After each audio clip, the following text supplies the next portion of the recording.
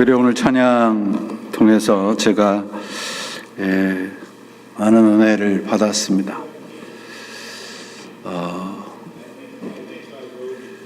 제 설교를 한 편의 찬양에다 다 담은 것 같아서 참 감사드리고, 여러분도 같은 은혜가 있으셨기를 또 바랍니다. 사순절 첫 주일 우리 주님의 은총과 평강이 여러분들에게 함께 하시기를 바랍니다. 사순절은 우리 모두가 그리스도인다움을 훈련하는 절기입니다. 그리스도인답기 위해서 가장 우선적으로 필요한 것은 나다움을 버리는 것입니다. 곧 옛날의 나를 버리는 것이죠. 나다움을 버리는 것이 회개입니다. 그렇다면 왜 나 자신, 나다움이라는 것을 버려야 하는가? 이사야 59장의 말씀을 보면, 제가 쉬운 성경으로 읽어봅니다. 59장 1절로 2절 말씀. 하나님 편에서는 아무 문제가 없습니다. 문제는 우리들에게 있습니다. 우리의 삐뚤어진 삶이 우리와 하나님의 사이를 갈라놓았습니다. 그 사이에 죄가 있기에 하나님이 듣지 않으시는 것입니다. 하나님과 우리 사이에 죄가 있는데 그 죄 때문에 우리가 하나님에게 가까이 가지 못한다는 것입니다. 죄라는 것은 내가 나 자신, 나다움을 강변하는 것입니다. 우리 모두는 나다워지기를 원하는데 나다움의 종착지는 죽음입니다. 그러므로 회개라는 것은 나다움을 버리는 것입니다. 히브리 말로 회개라는 말이 슈브라는 말입니다. 슈브라는 말은 히브리 말의 신자와 벳 두 자가 합쳐진 말입니다. 신이라는 말은 파괴한다는 뜻이고요, 벳이라는 말은 하우스라는 말입니다. 그럼 회개가 무슨 뜻이 됩니까? 집을 부숴버리는 것입니다. 이 슈브라는 말은 본래가 옛날에 이 전쟁을 해서 승리했던 정복자들이 그 정복한 나라의 사람들을 자기 나라 백성으로 만들기 위해서 가장 먼저 하는 일이 무엇인가 그러면 그들이 살고 있었던 옛날 집을 다 부서뜨리는 것입니다. 그래서 옛날 집으로 돌아가지 못하게 하는 것이죠. 이 말이 회개라는 말, 슈브라는 말이 된 데는 그러므로 우리의 옛날 집을 부숴버리지 않으면 우리는 언제든지 돌아가려고 한다는 말입니다. 회개라는 말의 의미는 그러므로 나다움, 곧 옛날 나의 집을 부숴버리는 것이죠.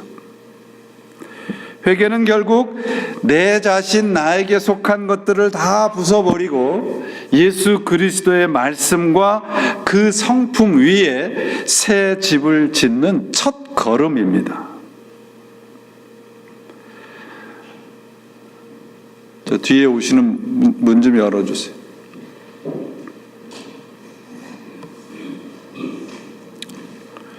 사순절은 그래서 우리의 옛집을 부숴버리고 예수 그리스도와 함께 사는 새로운 집을 짓는 시간입니다. 그리스도인다움을 회복하여서 나 자신이 아니라 그리스도를 의지해서 사는 삶을 살아가시는 그런 첫걸음을 띄시는 이번 사순절기가 되시기를 바랍니다. 오늘 본문은 내 자신을 의지하는 인생과 하나님 예수 그리스도를 의지하고 함께 사는 인생이 얼마나 다른가를 우리들에게 분명히 가르쳐 주고 있습니다. 다른 마태, 마가, 누가 세 복음서는 예수님의 일생을 이렇게 시간적으로 크로놀라지컬하게 기록해 놓았습니다. 그런데 요한은 연대나 순서에 상관없이 사도 요한의 의도대로 이 요한복음을 기록해 놓은 것을 발견하게 됩니다. 그 말은 뭐냐 하면 사도 요한은 하나님으로부터 받은 분명한 의도를 가지고 이 요한복음을 기록했다는 것입니다. 이 오늘 본문인 바다를 걸으신 사건이 오병이어의 이 사건과 연결돼서 기록해 놓은 것은 분명한 의도가 있다는 것이죠. 단순히 예수님은 바다를 땅처럼 걸으시는 참 기적적인 분이라는 것을 증명하기 위한 것보다는 더 깊은 의미가 있다는 것입니다. 이 사건을 우리가 올바로 이해하기 위해서는 오병이어의 사건의 참뜻을 알아야 합니다. 제가 2주에 걸쳐서 말씀을 드렸습니다. 예수님이 얼마나 능력이 있으신 분이신가를 보이기 위한 것이 아니라 그랬습니다. 또한 우리가 내놓은 하찮은 물고기와 보리떡을 가지고 많은 엄청난 결과를 가져오는 것을 우리들에게 가르치는 것도 아니라고 했습니다.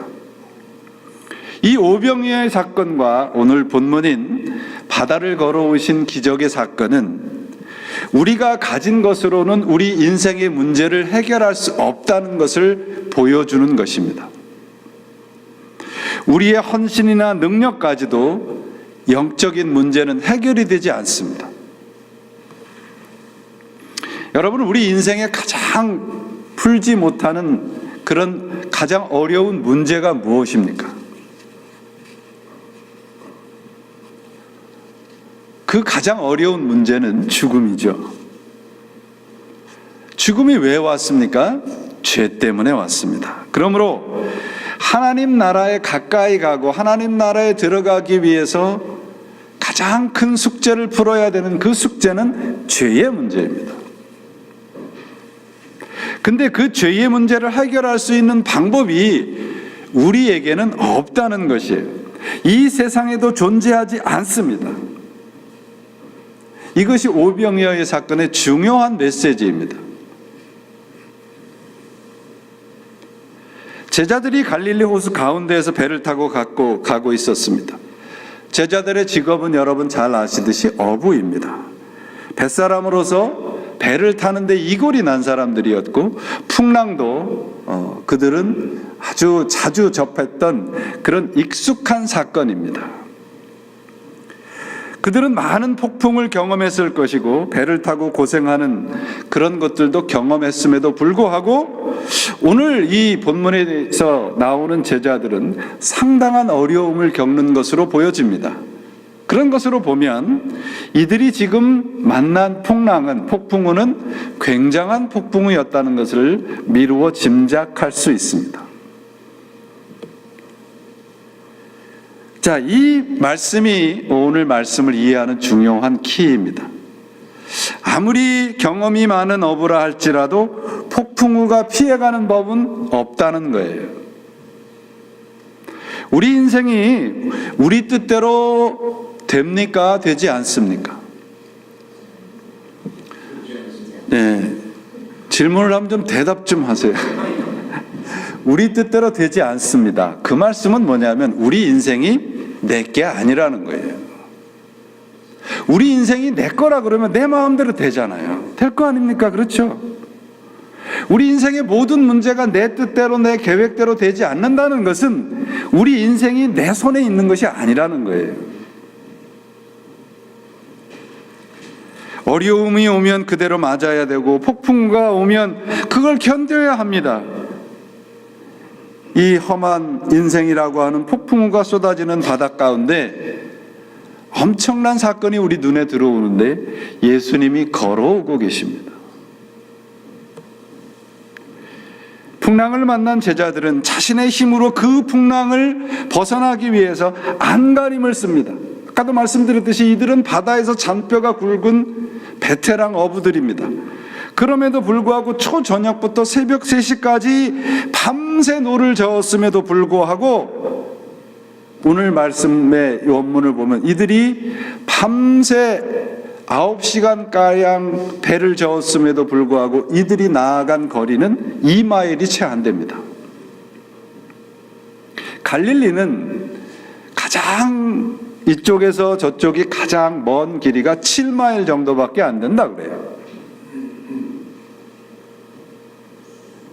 그러니 이들이 만난 폭풍우가 얼마나 험한 폭풍우라는 것을 알 수 있습니다.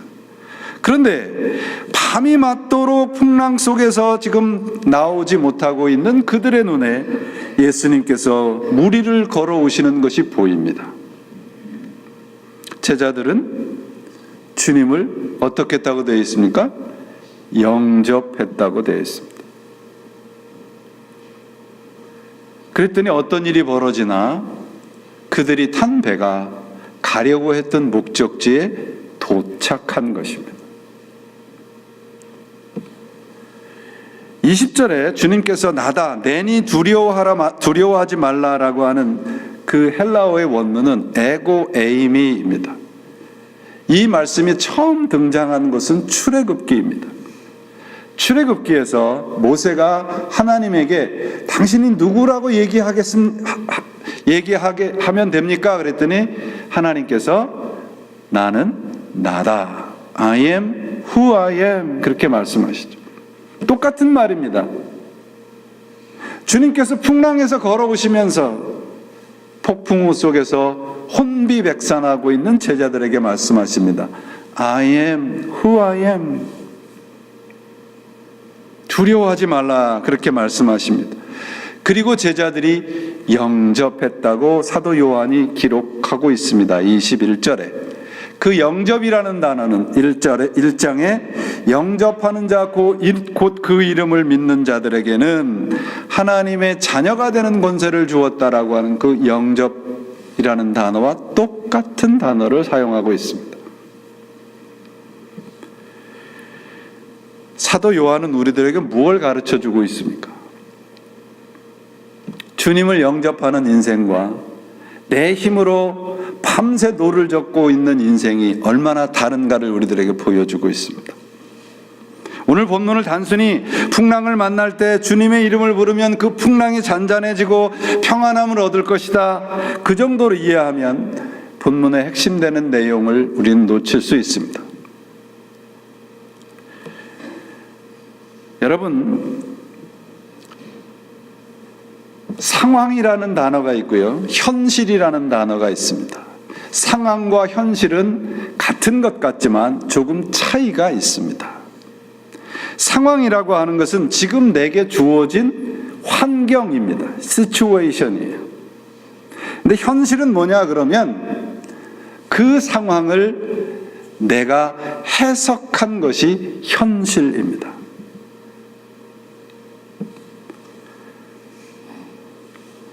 예를 들면 이겁니다. 내가 지금 건강하지 않아요. 내가 지금 가난해요. 내가 지금 배가 고파요. 그건 상황입니다. situation입니다. 그런데 현실은 그것을 내가 해석해서 받아들이는 것입니다. 다시 설명을 드릴게요.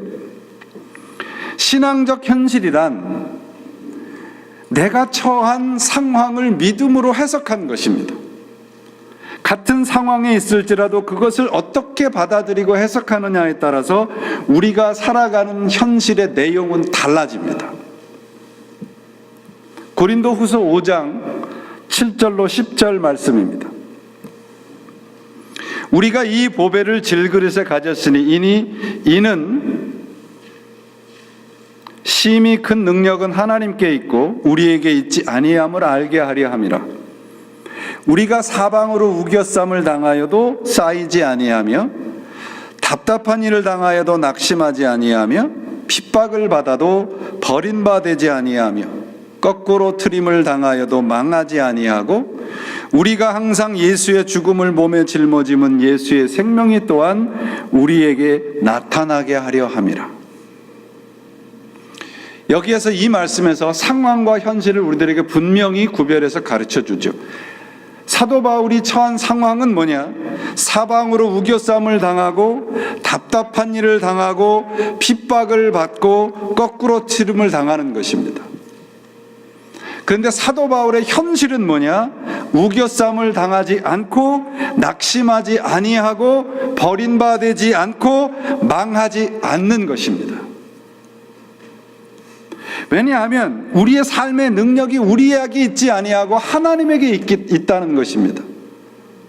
바울의 이 말씀에서 같은 고린도후서 5장 7절에서 우리가 살아가는 삶 속에서 만나는 모든 상황을 하나님과 함께하는 현실로 만들어가는 그 믿음의 삶의 모습을 고린도후서 5장 7절에서 이렇게 말합니다. 우리는 믿음으로 살아가지 보는 것으로 살아가지 않습니다. 다시 말씀드립니다. 우리는 믿음으로 살아가지 보는 것으로 살아가지 않습니다. 우리가 맞닥뜨리는 상황을 믿음으로 보고 해석하며 살아갈 때 그 상황이 주님과 함께 살아가는 또 다른, 전혀 다른 현실이 된다는 것입니다. 본문을 보시면 제자들이 처한 상황은 심한 폭풍 후 한복판에 있는 흔들리는 작은 배 안입니다. 풍랑을 헤쳐가려고 10여리를 노를 젓지만 여전히 풍랑 속에 있습니다. 아까 말씀드렸듯이 이들은 9시간 동안 노를 저었지만 불과 2마일 정도밖에 가지 못합니다. 다른 말씀으로 하면 제자리에서 뱅뱅 돌고 있었다는 것입니다. 이들이 처한 상황입니다. 이러한 상황에 예수님이 나타나서 말씀하십니다. 나다, 두려워하지 말라. 이게 이들이 새로 접한 현실입니다. 풍랑의 한복판에 처한 상황이 어떻게 이러한 현실로 바뀌는가? 주님을 영접했기 때문입니다. 21절에 뭐라고 되어 있습니까? 이에 기뻐서 배로 영접하니 곧 저희가 가려던 땅에 이르렀더라. 21절 말씀을 자세히 보셔야 돼요.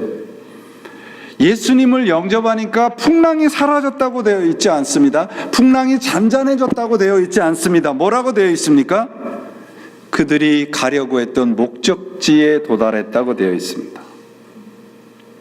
그들의 현실은 예수와 함께한 현실로 바뀌었고 그들이 가려던 그 목적지에 도달하게 된 것입니다.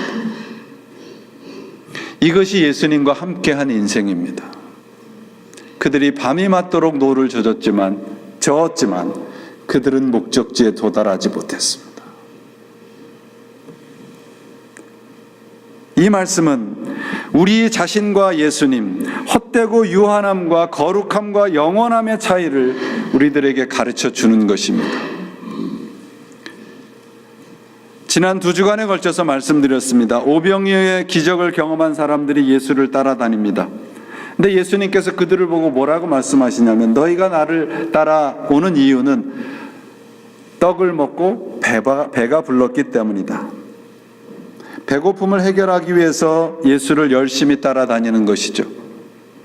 그러면 여러분, 우리가 솔직하게 제가 여러분에게 질문합니다. 내가 배가 고파서 그 배고픔을 해결하기 위해서 예수를 믿는 게 뭐 잘못입니까? 뭐가 잘못입니까? 내가 너무 가난해서 내가 지금 처해 있는 상황이 너무 힘이 들어서 예수를 믿는다는데 뭐가 잘못입니까? 뭐가 잘못인데 예수님은 그들을 잘못됐다고 말씀하시는 것입니까? 누구보다도 열심히 예수를 따르고 믿고 있다고 생각하는데 왜 예수님은 그러지 말라고 말씀하시는 거예요? 오늘 본문이 있는 6장 26절에 보시면 예수께서 대답하여 이르시되 내가 진실로 진실로 너희에게 이르노니 너희가 나를 찾는 것이 표적을 본 까닭이 아니요 떡을 먹고 배가 부른 까닭이다. 잘 보세요. 자, 여러분, 이 말씀을 듣는 사람들은 오병이어의 기적을 경험한 사람들입니까? 아닙니까? 예수님께서 물고기 2마리와 보리떡 5개로 5,000명을 먹였을 때 그 현장에 있었던 사람들이죠. 근데 예수님께서 뭐라고 말씀하시냐면 너희가 나를 따르는 것은 표적을 보지 않았다, 그렇게 말씀하세요. 그 표적의 현장에 있었는데 왜 그들을 표적을 보지 않았다고 말씀하시는 거예요? 그러고 말씀하시는 것은 뭐냐면 너희가 배가 불렀기 때문에 나를 따랐다.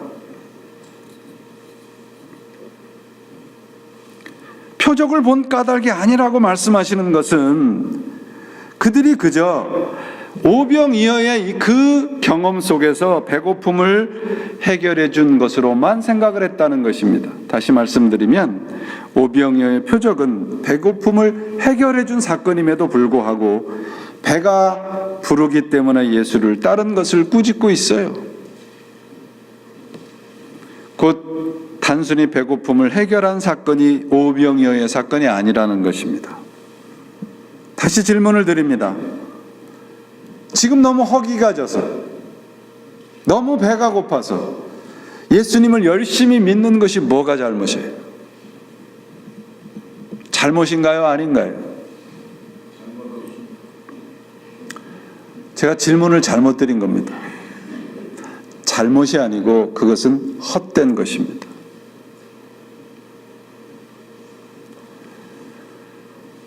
가난해서 먹지 못해서 예수를 믿는 것, 내가 가난해서 지금 배고파서 허기에 죽어간다면 그것보다 예수 믿고 더 배부른 것이 더 낫지 않겠습니까? 굶어 죽는 것이 예수를 잘 믿는 것의 표적은 아니잖아요. 그렇다면 예수님은 왜 배가 부르기 때문에 육적인 배고픔을 해결하기 위해서 예수를 따르는 것을 경계하고 있는가? 그것이 헛되기 때문입니다. 예수를 믿으면 세상에서 형통한다 그러고 성공한다 그러고 세상의 머리가 된다고 하는 것은 예수님께서 오병이어의 사건 경험자들에게 그 표적을 보고 따르지 않았다고 말씀하시는 것과 같습니다. 곧 예수님의 말씀대로 성경을 배우고 그렇게 가르침을 받고 그렇게 읽었는데 왜 우리는 그런 메시지에 환호합니까? 표적을 현장에서 경험했는데도 표적을 보지 않았다고 말씀하시는 것은 정작 성경을 통해서 보고 배워야 할 것을 보지 않고 배우지 않고 다른 것을 보고 있었다는 말씀입니다. 예수님의 제자들과 군중들의 차이를 보세요. 그들이 비록 물고기와 보리떡으로 그들의 한 끼에 배고픔을 해결했습니다. 그러면 그 다음 한 끼는 배가 고플까요? 안 고플까요? 배가 고프죠. 오늘 내가 한 끼의 문제를, 오늘 내 현실적인 문제를 예수님으로부터 그 해결받을 수 있어요. 그러나 또 다른 문제가 올 것이고 또 다른 배고픔이 올 것이다 말이에요. 그런 식으로 예수를 믿지 말라는 거예요. 제자들에게는 뭐가 다릅니까? 12광주리가 남았어요. 무슨 말씀입니까? 그들은 다시 배고프지 않게 된다는 말씀이에요. 예수님은 바로 이 사실을 우리들에게 가르치려는 것입니다. 우리가 세상에서 성공하고 많은 것을 이루고 형통하기 위해서 예수를 믿는 신앙, 이 군중들의 믿음이 헛되다. 왜냐하면 다시 배고파질 것이고 다시 죽을 것이고 다시 문제가 우리에게 올 것이란 말이에요. 그러나 예수를 우리가 제대로 믿으면 어떻게 된다는 것입니까? 영원한 생명이 우리들에게 임한다는 것이에요. 이게 예수를 믿는 목적이어야 되고 우리가 예수를 따르는 가장 중요한 이유이어야 합니다. 이 세상의 것은 결국 유한할 것이고, 여러분 죽을 때까지 내 소유가 되는 것이 이 세상에 하나라도 있습니까? 없습니다. 27절에 보시면 썩을 양식을 위해서 일하지 말고 영생하도록 있는 양식을 위해서 일하라고 되어 있습니다. 메시지 성경에 보니까 너희는 그렇게 썩어질 양식을 얻으려고 힘을 낭비하지 말라. 배고픔을 해결해 주는 일시적인 기적은 결국 배고픔으로 끝이 납니다. 헛된 것이죠. 예수님이 하지 말라고 하시는 것은 바로 이 헛된 것을 위해서 신앙과 삶을 허비하지 말라는 거예요. 그래서 하나님이 하시는 일이 무엇인가? 라고 하는 제자들의 질문에 예수님께서 뭐라고 대답하시는가요? 29절에 하나님이 보내신 자를 믿는 것이 하나님의 일이다. 메시지 성경에는 29절을 이렇게 번역을 했습니다. 예수님께서 말씀하셨습니다.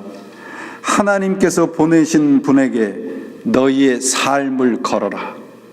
그렇게 너희 자신을 걸 때에야 하나님 일에 참여할 수 있게 된다. 오병이어, 오늘 본문의 풍랑의 기적, 이 표적들이 선포하는 메시지가 바로 이 29절입니다. 하나님께서 보내신 그분에게 우리의 삶을 거십시오. 그러면 우리는 하나님의 사람으로 하나님 일에 동참하게 됩니다. 그 하나님의 일이 무엇입니까? 영원한 생명입니다. 우리가 할 수 있는 유일한 일은 무엇입니까? 이 세상에서 우리가 유일하게 할 수 있는 하나님의 관계된 일은 그분을, 하나님 아들 예수 그리스도를 나의 구세주로 영접하는 겁니다.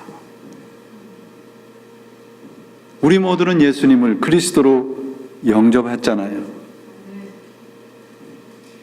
그분을 믿는 것입니다. 풍랑 속에서 우리가 할 수 있는 일은 무엇입니까? 아무리 노를 저어도 같은 자리를 뱅뱅 돌고 있는 제자들의 모습이 결국 우리들의 인생의 모습이 아닙니까? 그때 우리가 할 수 있는 것은 우리의 인생에 찾아와 말씀하시는 예수 그리스도, 나다, 두려워하지 말라. 이 말씀을 붙잡고 다시 그분과 함께 살아가는 것입니다. 여러분에게 이런 인생이 복된 인생으로 찾아오시기를 주님의 이름으로 축원을 드립니다.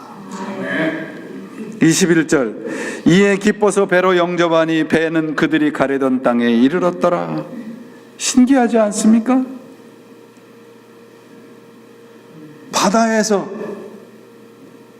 잔뼈가 굵은 어부들이 10시간 가까이 노를 저었음에도 가지 못하던 그곳을 주님이 그 배에 타시자 그 목적지에 도달했어요. 이 신비로움이 바로 구원의 신비로움입니다. 이것이 바로 영원한 생명의 신비로움입니다. 이것이 바로 우리가 예수 그리스도를 믿는 축복입니다. 상황은 달라지지 않습니다. 여전히 풍랑 한복판에 있습니다. 그러나 그들의 풍랑의 한복판에 예수님께서 오시자 현실이 달라집니다. 나다, 두려워하지 말라. 예수님이 함께하고 있는 현실이 됩니다. 그리고 이들의 현실은 그 풍랑을 뚫고 마침내 목적지에 도달하게 되는 것입니다. 무슨 말씀입니까? 우리의 힘과 우리의 능력과 우리의 노력으로 도달할 수 없다는 것이에요. 우리가 해야 할 일은 주님을 우리의 삶 속에 모셔드리는 것입니다. 제가 설교 초반에 말씀드렸듯이 나다움을 멈추고 주님의 말씀을 믿고 따라야 할 이유가 바로 여기에 있습니다. 사랑하는 교우 여러분, 왜 예수님께서 잠시의 배부름을 위해서 믿지 말라, 그런 인생이 잘못됐다고 말씀하시는 것은 그것이 헛된 것이고 유한한 것이기 때문입니다. 헛된 것을 거시기에 따라가지 말라고 하는 것이고, 잠시의 배부름을 위해서 따라가는 인생은 결국 배고픔으로 끝날 것을 알기에 주님은 오늘도 우리들에게 말씀하십니다. 그 길로 가지 마라. 그래서 주님은 나는 영생의 떡이라 말씀하시는 것이고, 영생의 떡인 나를 먹는 자는 영원히 살 것이라 말씀하십니다. 여러분, 예수님을 믿으시면서 헛된 기대를 걸지 말아야 할 것은, 영생의 길을 약속받은 우리의 인생의 길은 편안한 길이 아닙니다. 우리의 길은 풍랑 한복판에 떠있는 작은 배와 같을 것입니다. 흔들리며 가야 하는 두려운 길입니다. 단 하나, 우리가 품을 수 있는 소망은 저 멀리서 풍랑 속을 헤치고 다가오시는 분이 우리 주님이라는 것입니다. 그리고 말씀하십니다. 나다. 두려워하지 말라. 이 말씀을 붙잡고 오늘도 견디며 흔들리면서도 갈 수 있습니다. 그리고 이 말씀 속에 결국 주님과 함께하는 그곳에 도착할 수 있는, 도달할 수 있는 힘을 얻게 됩니다. 나다, 두려워하지 말라. 이 말씀을 붙잡으십시오. 이 말씀을 붙잡으시면 새벽이 맞도록 온 힘을 다해서 노를 저어도 도달하지 못하는 그곳이 주님이 함께 하시는 우리의 인생의 목적지가 되게 하실 것입니다. It's me. It is right. Don't be afraid. Ego eimi. I am who I am. Don't be afraid. 주님께서 이 말씀을 오늘 우리 교회에게 주시는 거라 믿습니다. 우리 모두의 영혼 속에 주님을 올바로 모셔드리는 새로운 결단의 시간이 되시기를 바랍니다. 예수님 안에서 살아가는 복과, 저는 우리 기독교와 교회가 전해야 될 참된 복음은 고난과 어려움과 문제가 없는 평탄한 삶이 아니라 예수 그리스도와 함께하는 삶이 어떻다는 것을 제대로 전해야 될 줄 믿습니다. 예수가 함께하는 삶, 배 안에 들어오자 내가 가려고 애를 써도 가지 못하는 그곳에 도달하게 되는 신비로움을 우리들에게 주님께서 주실 것입니다. 내 힘으로, 내 재주로, 내 능력으로 결코 갈 수 없었으나 주님께서 배 안에 들어오시자 In Christ, 바로 그것에 도달하는 인생을 주님께서 우리들에게 허락해 주시는 것입니다. 아까 최 집사님 기도하셨죠? 우리 교회가 어디로 가야 할지 모릅니다. 솔직한 얘기로 저는 밤에 잠을 못 잡니다. 걱정해요. 될 것 같은데 안 되고요.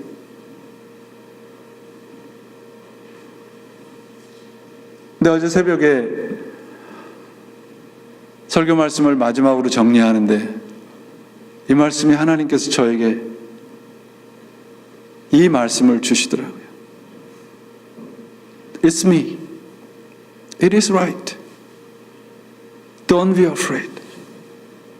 나다. 두려워하지 말라. 내가 너와 함께함이라.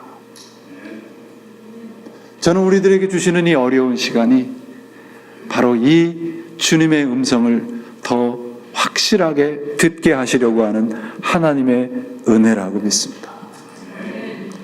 우리가 해야 할 일은 그래서 기도하는 것입니다. 빌립보서 4장 7절의 말씀에 우리 잘 아는 말씀이에요. 4장 6절. 아무것도 염려하지 말고 주님께 기도하라. 영어 성경에 보니까 이렇게 돼 있어요. Do not worry about anything. Instead, praying about everything. Do not worry about anything. Instead, pray about everything. 오늘 말씀이 바로 이 말씀입니다. 두려워하지 말라. 나다. 내가 너와 함께함이라. 이 말씀 우리가 함께 붙잡고 주님께서 우리들에게 주시는 이 시간 속에 손을 모으고 무릎을 꿇고 주님께 기도하며 주님의 이 음성을 다시 들으시고 이 음성에 힘입어서 우리가 가려고 하는 것이 아니라 주님께서 이끄시는 그곳에 언젠가 도달하게 될 것을 기대하면서 기도하며 주님의 음성으로 다시 무장하는 여러분 모두가 되시고 우리 교회가 되셔서 결국은 주님께서 그곳에 우리와 함께 가시는 놀라운 신비로움이 우리들에게 축복으로 다가오는 그 시간까지 Don't be afraid. Do not afraid. It is gonna be okay. 주님께서 말씀하시는 이 음성으로 무장하여서 승리하시는 여러분과 우리 교회가 되시기를 예수님의 이름으로 축원을 드립니다. 기도하시겠습니다.